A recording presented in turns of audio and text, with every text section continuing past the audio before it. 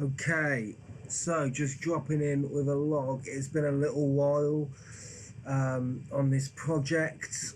Um, that's been mainly due to the fact I've been writing the document itself, the dissertation, and I've been struggling for quite a while to get a streaming server set up and running. So today I took one of my spare computers, um, formatted the hard drive, and installed Ubuntu.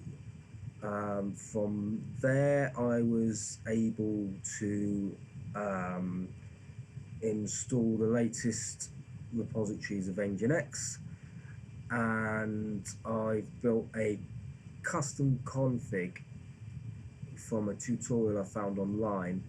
And currently, I've got the website hosting, and I can stream to it from OBS. So it works slightly differently to how the workflow has currently been working. So currently, how we've been managing things is we've been taking the raw data from the cameras and the audio streams from the DAW or Dante or Soundflower, whichever comes first, and then we've been encoding that with FFmpeg, dashing it and sending that to a local file location. Now Thomas and Nils finished with the Host 360 player, so I've got a copy of that now, and basically it's a HTML file with some CSS files built around JavaScript and a few other bits and bobs. And the idea is that we can host that somewhere, and that I can stream the streams to it. Now the problem has been so far with setting up local servers is it's not necessarily that easy to just, even if it's in your local file system, because that's how I'm going to be running all my tests, you can't just dash the content and send it over the HTTP protocol to that particular folder. So the way I'm getting around this is I'm building a dedicated server, which actually doesn't need to be on a separate machine. It could be on a Mac, and I've been trying it in a few different ways, but NGINX in its purest form is Linux based, so I built a Linux server to cope with that, and it just makes things a little bit easier when dealing with some of the online tutorials. Being a bit of a novice coming in to this HTTP game, it's kind of helps to just be able to get a grasp on what other people are doing and how they're building stuff. And so ideally what I've done is I've set up a server. Now if we turn it around here, we can see this here is it's just a little stat page that runs in the root directory of the server that basically tells me when there are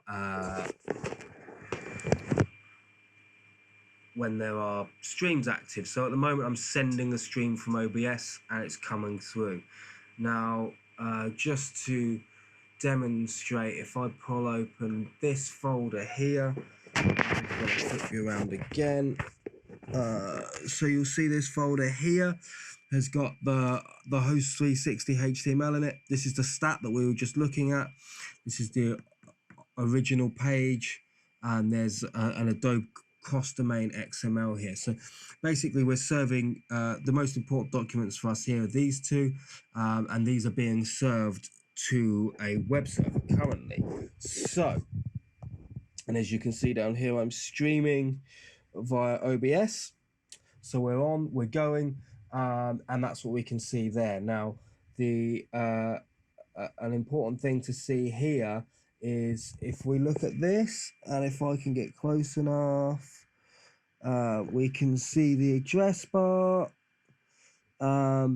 So we're 169.254.67.121, which is the Linux machine IP address, and that's the website. So basically, now I've got RTMP streams coming in to the server. I can see they're coming into the server. Now I can manage those streams. We can see we've got the website hosted. So now we've just got kind of link the two together. Now the way we're going to work that is there is a module, or it's part of the RTMP module for the server, which you add on to the NGINX package. That basically will allow us to dash any of those RTMP streams coming in into dash packets, and then I can put them in a particular place. Now, I can tell host 360 where that place is, and as long as I name the streams correctly and they're they are correct, encoded in codecs and basically as long as all of the numbers match up, we should be able to get host to pick up the FFmpeg audio stream. And added bonus to this is we can continue using OBS to stream the video. So if we just have a little look over here, we've got another machine there. That's running OBS, but I'm not streaming on it at the moment. So the next thing that I'm going to attempt is to stream the video from that machine into the server and see if we're getting it in, seeing if we're getting it at the right codecs. Now, ideally, what I'd spoken with Thomas before was that we were going to be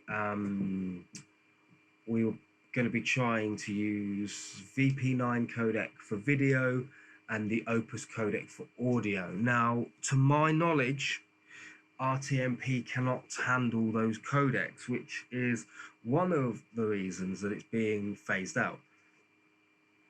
So luckily, the host 360 player will accept AAC and H.264, which I can produce easily in both OBS and in FFmpeg. So from here, it's highly plausible that we should be able to join the dots in the next 24 hours. Watch this space.